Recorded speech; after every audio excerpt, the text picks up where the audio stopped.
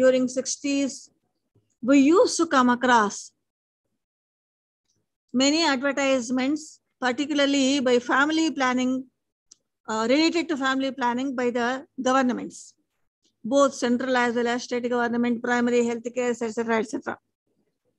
The reason is, at that time, many people, they were giving birth to children, they never thought of planning their families. This resulted in high birth rate, and improvement in food supply, etc., resulted in low death rate. I think now you can understand what happens if birth rate is high, but death rate is going down. Children born, they are going to survive. Old people are also going to survive for more years. Don't you think population will explode like anything? Of course, Europe faced this situation to begin with, and slowly other countries in the world also had the same situation. In stage 3, what happened? Let us see. And stage 3, to begin with, it occurred in European societies or developed countries, the present day developed countries. At the time, that is the 19th century, they were still developing. But because of the stage 3 related to population dynamics, they become highly developed. What they did is, they wanted to control the birth rates, or certain fertility factors were taken into consideration, and these considerations were implemented strictly. For instance, if one uses contraceptives, then they can postpone of giving birth to a child. Not only that, if you work more, then your wage or promotions will be given to you. And people will definitely think that if I want to work, then I should not get children. Urbanization also was propagated at the time, because urbanization along with that brings career opportunities, employment opportunities, and education opportunities. The more the employment, the more remunerative work, the more education is there. Obviously, age at marriage will be postponed and fertility rate will come down. Subsistence agriculture also was not given much importance, because people, what they used to do is, nothing is going to happen if I am having, let us say, some 10 acres of land. Even if 10 children are there, they can survive on my land. People used to think like that. But how they were surviving? They were simply surviving, having 2 meals or 1 meal per day. But other facilities or other opportunities were not available for them. Hence, what they did is, they reduced the importance of subsistence agriculture. Education of women was given at most importance.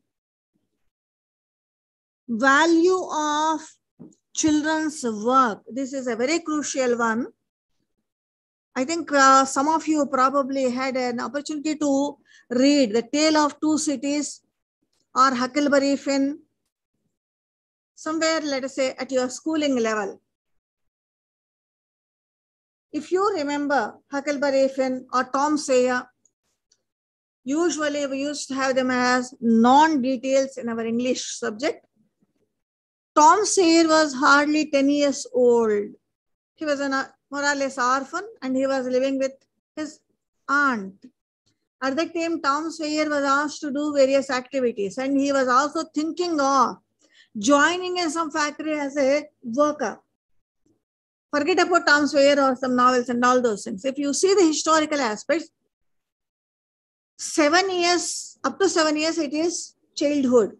Once a person crosses 7th year, then he will be considered as working population. Many people, those who gave birth to children, what they used to do is, okay, somehow let us rear these children up to their 7th year. Later, they can look after themselves because they are going to work in some factory or the other. That means at that time, children is equal to property, children is equal to money, children is equal to wealth.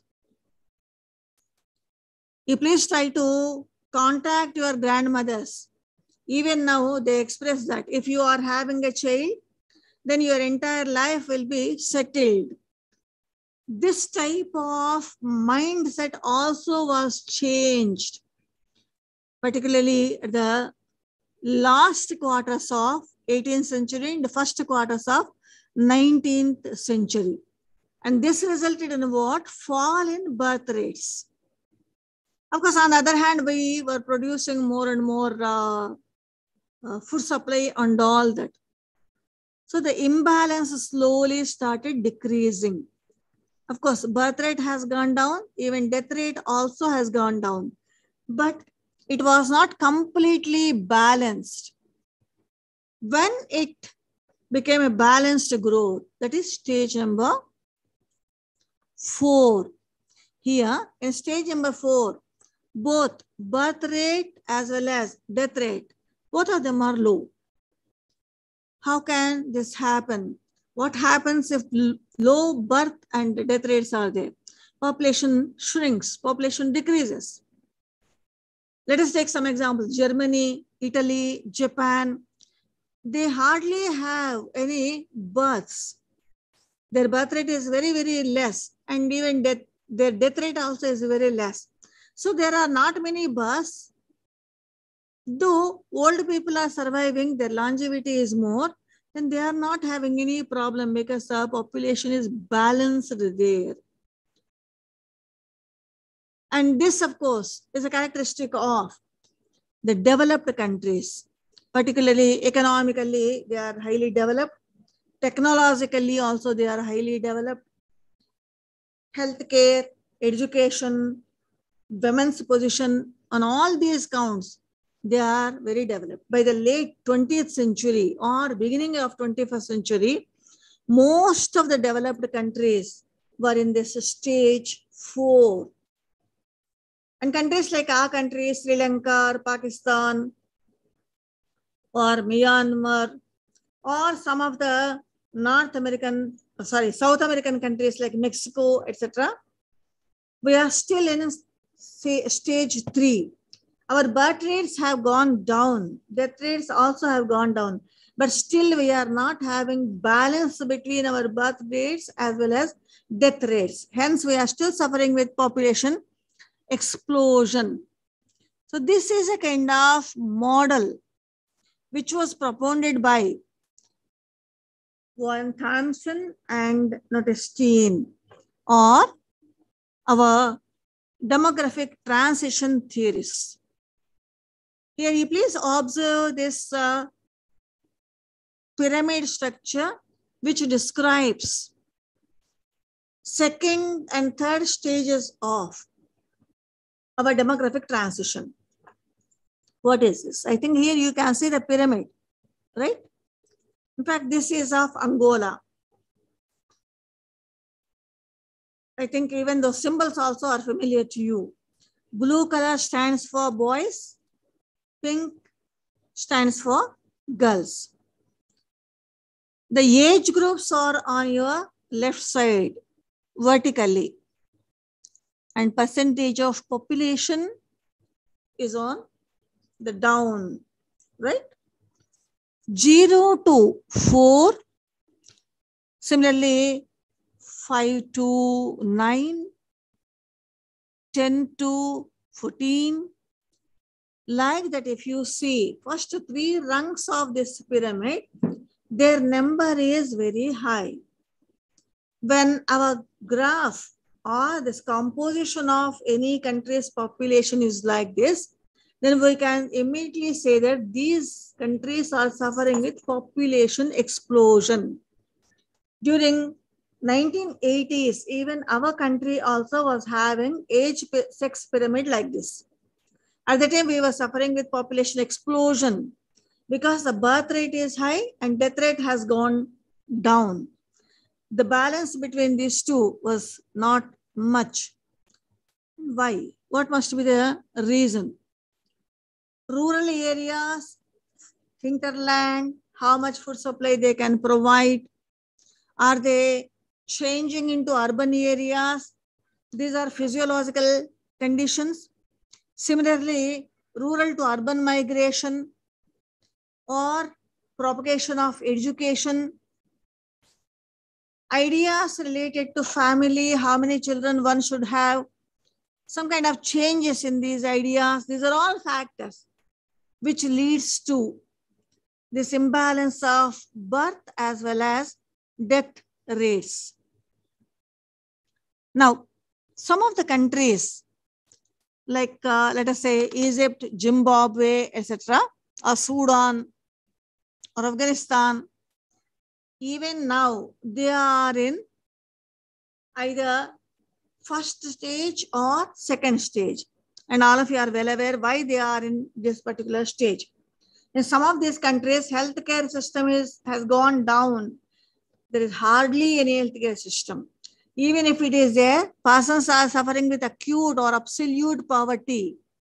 They are not at all in a position to take medicines or medical help.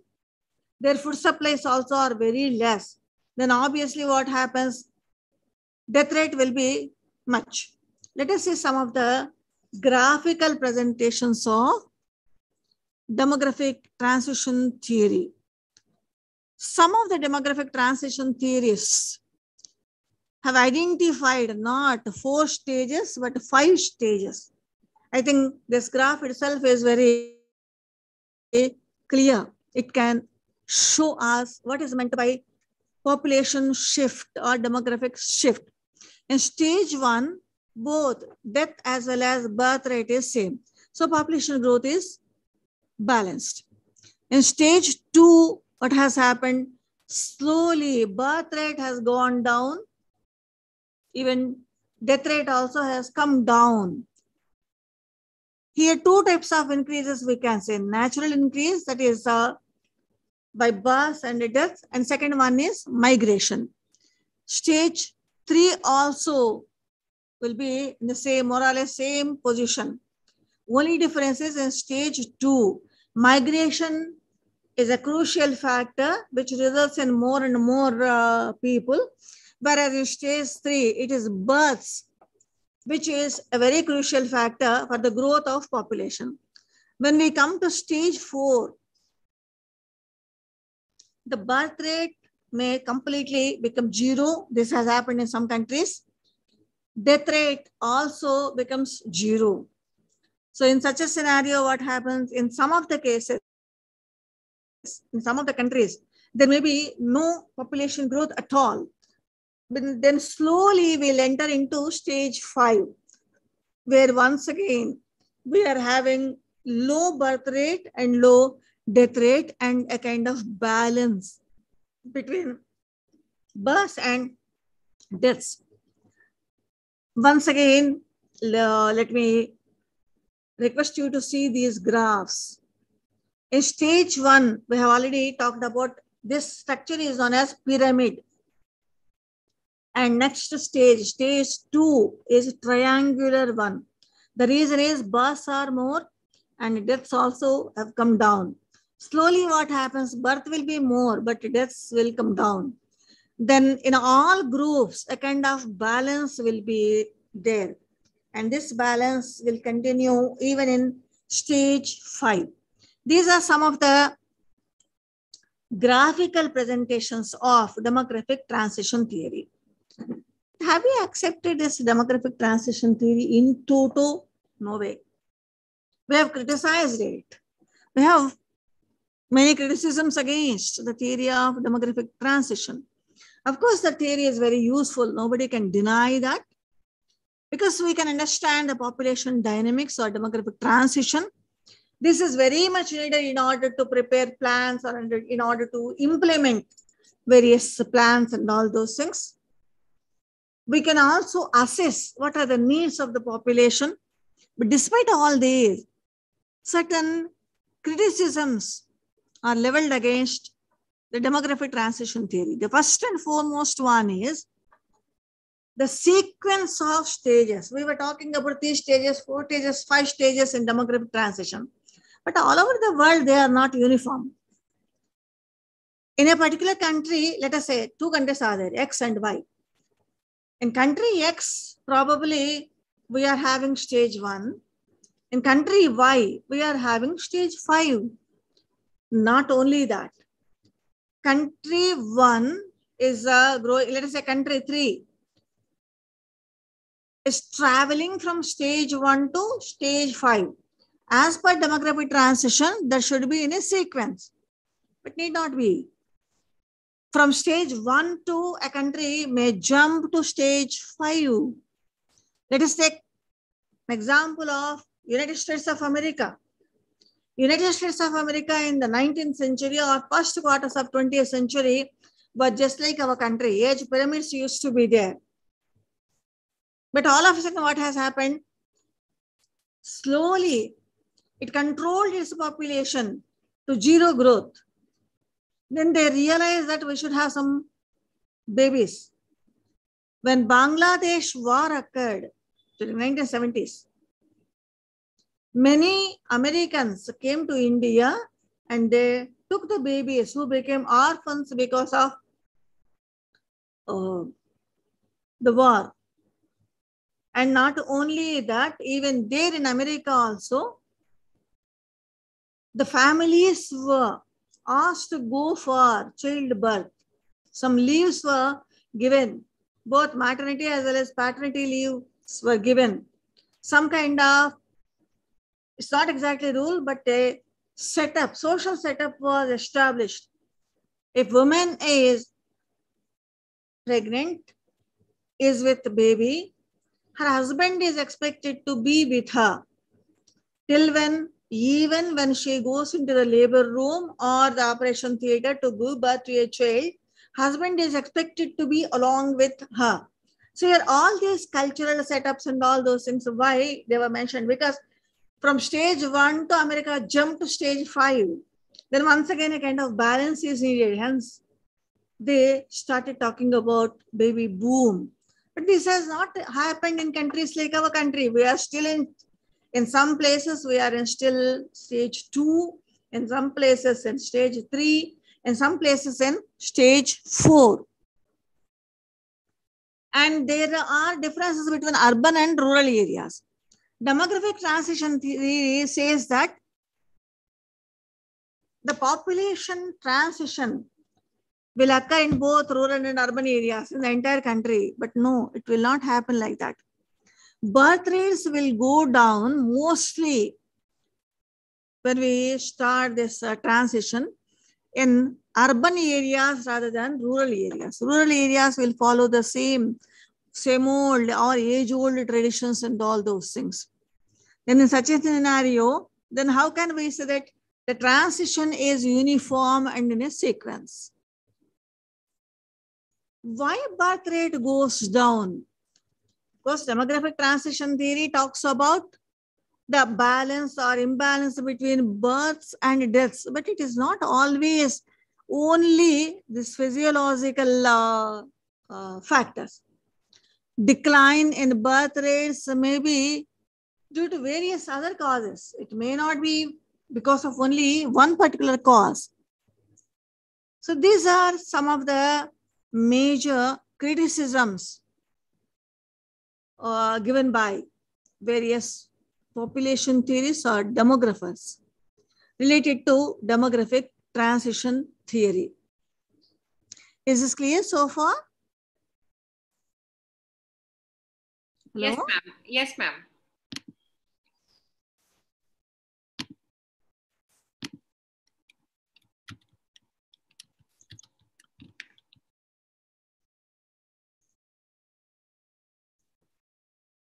Yeah, thank you. Thank you, Trupti. Thank you. Thanks a lot.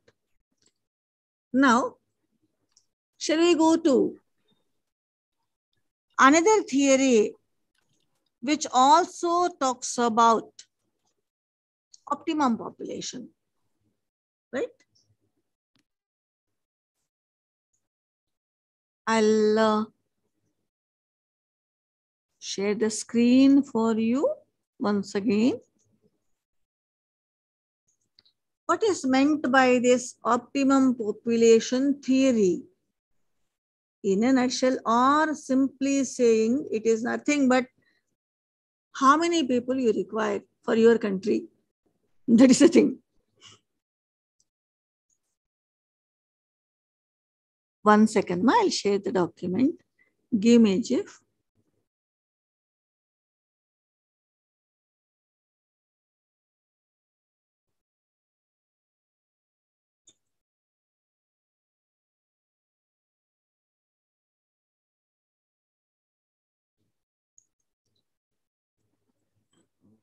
Please give me a minute, please. Huh?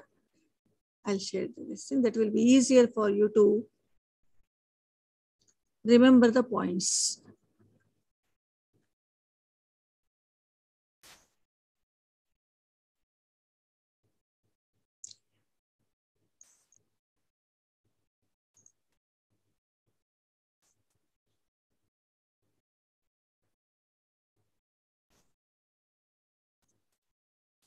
Yeah. Should we start discussion on optimum population theory? Because this I have taken from some general this thing.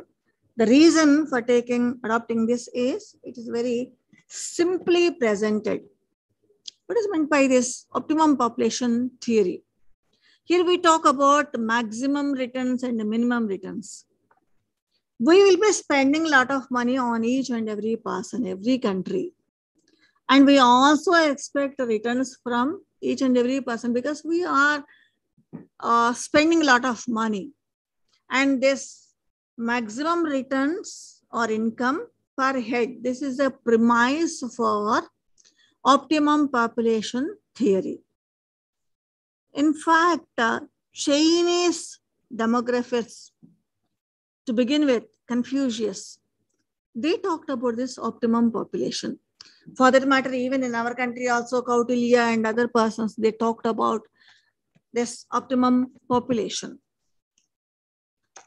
But the theory of optimum population came to the fore during the 19th century, not prior to that. Of course, we had some discussions on this, but not like a full-fledged theory.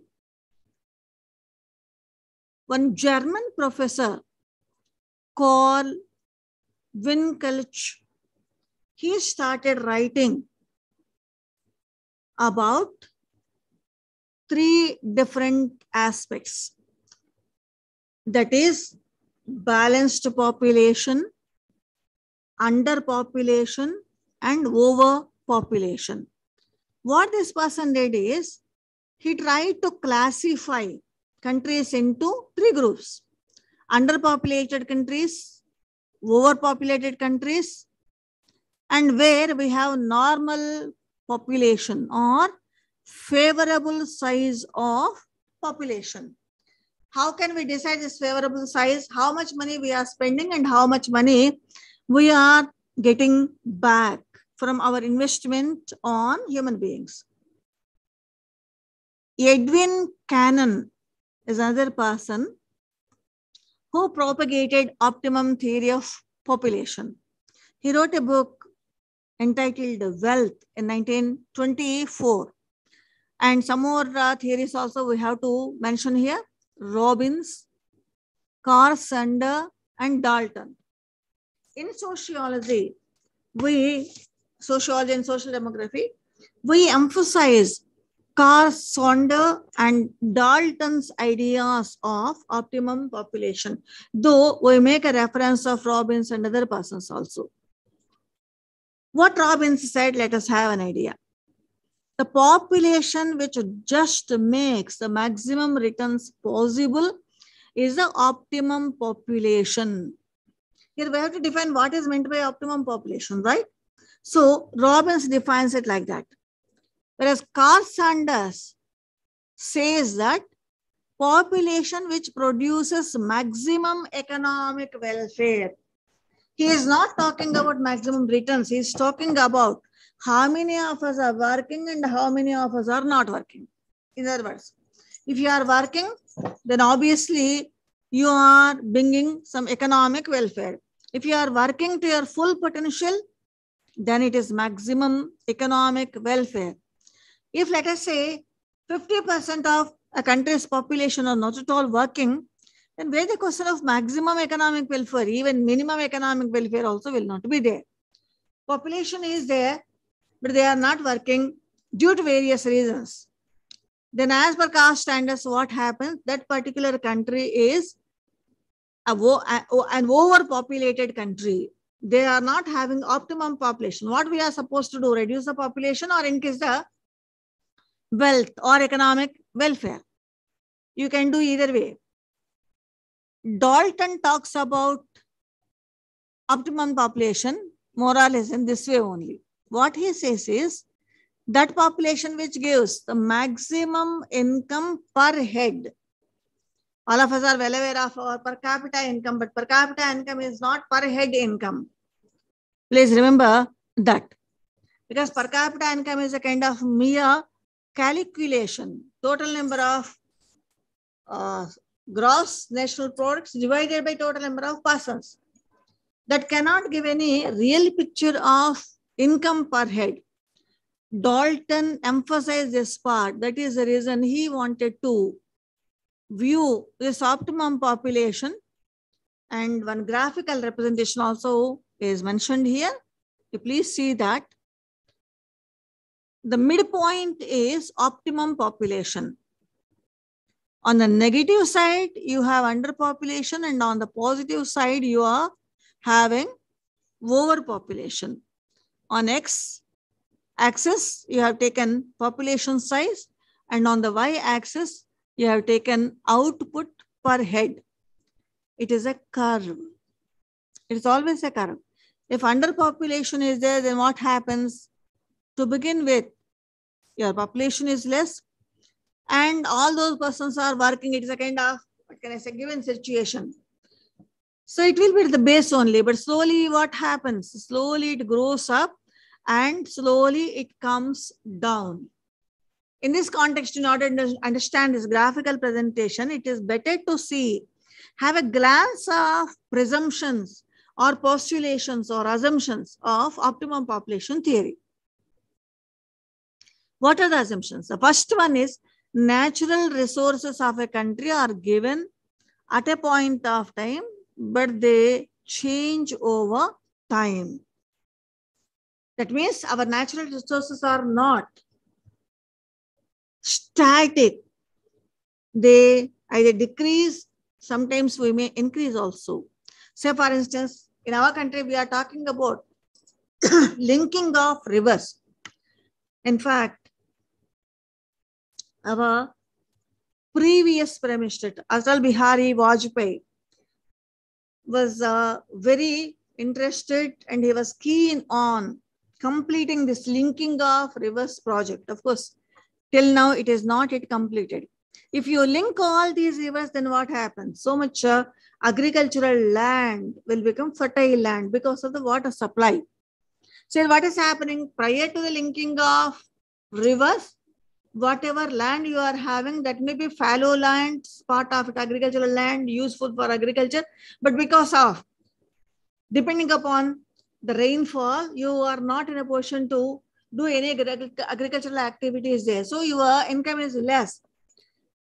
Your natural resources also are less. You are not giving any value to them. But if you complete this project, then what happens? Your natural resources, you are giving value to them. You are increasing their capacity. Sometimes what happens? We exhaust our natural resources. I think some of you might have seen KGF 1 and 2, a Telugu or multi-lingua movie. What is meant by this KGF? Forget about the story. I'm not going into the story of KGF. Kolar gold mines.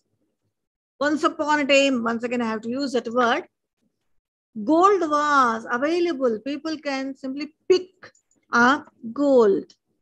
And British government started mining there, gold mining there. But do we have gold there? I don't think so. Because those mines are closed during Mrs. Indira Gandhi's regime itself. Because there is hardly any gold left there. So one natural resource, that is gold, we have exhausted. So what is happening? Prior to, let us say, 19th century or 19th century, we had gold there. Now we don't have. Why? If you are living in Hyderabad, let us talk about diamonds. Near Golconda and other areas, diamonds were available.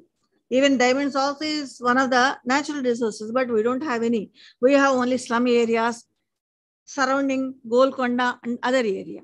Then another proposition or sorry, assumption of optimum population theory is the technology or techniques of production will not change at all. Of course, this point we are going to criticize at the end of this session, because there will always be change in the technology. Our technology innovations will occur in a rapid way. Third postulation is the stock of capital also remains constant. Even this also is not correct. Sometimes if country is having a lot of money, it may invest more. If it is not having, it may not. Even if a country is having, it may not invest in economic activities, production activities. It may invest that money in other activities. Let us take a simplest example. In fact, this is happening since 1970 onwards. From 1970 onwards, the north-south countries are talking about how much money a developing country is spending on its defense. Everybody knows that developing countries or not developed countries spend their 50 to 70% of their income on defense, but not on economic welfare and all that. Many times people say what this government is doing, KCR is living in his ashram, or X, Y, or Z, they are living in their palaces and all that. No, it's not exactly like that. Of course, I'm not saying that these persons are living in their own houses. I'm not questioning that. But the thing is, for what purpose you are spending money? Let us take the present day situation in our country. For most of the social welfare activities, we are spending money. Or these social welfare activities can increase the production, may or may not. And then some of the studies clearly show that they will not increase the production at all, particularly studies on Mahatma Gandhi National Rozgar Yojana. Many people are not having any work there. If work is not there, remuneration will not be there. Once again, they'll go into the trap of or abysmal sand of poverty. Now, fourth assumption is the habits and taste of the people do not change.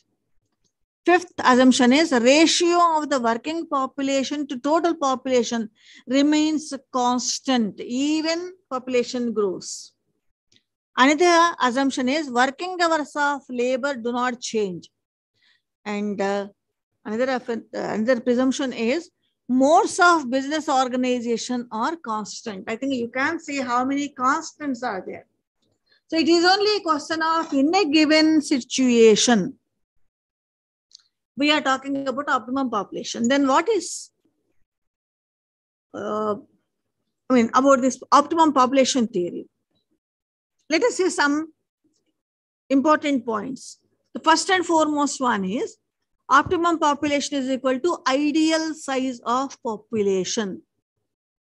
Any rise or reduction in size of population above this optimum benchmark, optimum level,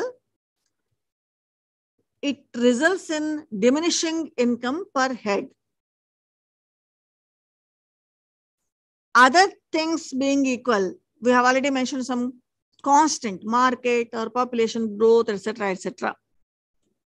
If there is any deviation from optimum size population, it leads to reduction of not only their product, but also per capita income. Optimum population, these theories clearly say that it is not a fixed one. It goes on changing on the basis of various factors. Not only that, if any improvements in methods and techniques of production or technology is there, output per head will definitely increases, and optimum point also will shift towards the up, or it grows upwards. If stock of natural resources increases, optimum point of the country also increases, because they are having a lot in order to feed their population. If let us say we have increase in stock of natural resources, like countries, United States of America. From our country, many people are they migrated, still they are migrating to USA. What is the reason? If I ask that question, many people may say that more opportunities are available there, both for education as well as employment opportunities. How could they provide all these opportunities? I think we have to refer the theoretical postulation of optimum population theory. They have increased the stock of natural resources. Then what happens? Obviously, optimum point also increases and more opportunities are available and country's population also increases. In this case, it is due to the migration. In some other case, it may be due to some other things. Say, for instance, many people are going to Dubai in order to eke out their livelihood. Even there also, they have changed their natural resources. I think all of you still remember Saddam Hussein. Do you remember his name? In fact, he has started one project, desalination of seawater. We are also having a very lengthy coastal area. In fact, our country is surrounded by 3 seas, not one. Arabian Sea, Bay of Bengal, and the Indian Ocean. We are having shortage of water, but we have not started any desalination projects, desalination of water projects. Whereas they are not having these many resources. Iran, Iraq, or Saudi Arabia, or UAE, United Arab Emirates, etc. What they are doing, they are increasing their natural resources. Water is a natural resource. They are having only salinated water, salt water. But they are simply removing the salt from seawater and they are creating water as a natural resources. This results in what? Their per capita income has gone up. Their currency value also has gone up. And they are able to provide employment opportunities, not only for their country people, but also for others. That is one of the reasons many people from our country are going to these countries, Arab countries. Here, up to this point, we talked about Carl Sanders. What Dalton added to this, let us have an idea. Dalton talks about overpopulation and underpopulation. And what is meant by this over or underpopulation? Deviation from optimum level of population. That is over or under. What is meant by this deviation? This deviation is described as maladjustment. In fact, one urban sociologist, N.V. Sovani, he followed Daltonian theory and he propounded over-urbanization, a concept.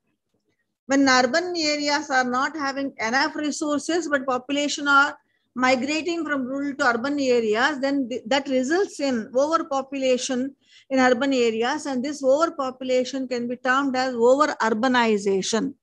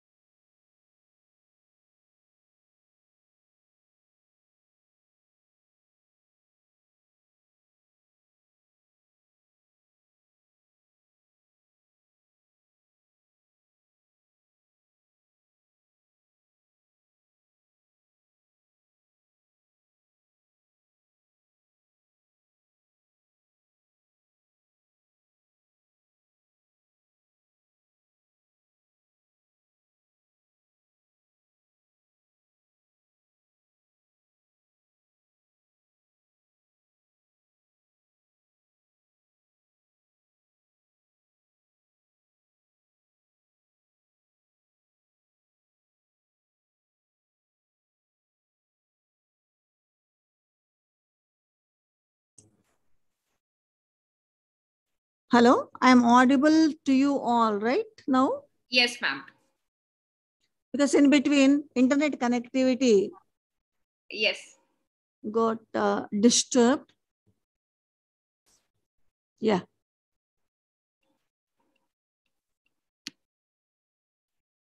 So this is about demographic transition theory and optimum population theory. I hope you people could get some inputs, and I request you all to go through the study material, and we'll meet tomorrow. If you are having any doubts, we'll discuss and we'll try to clarify all the doubts tomorrow.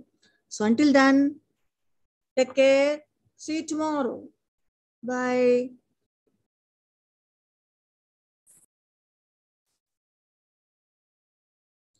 Sharmila, are you coming today only? Were you present previously?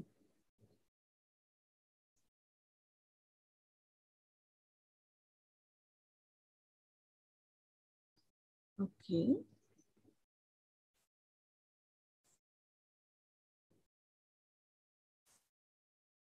Okay, then let us leave today and we'll meet tomorrow.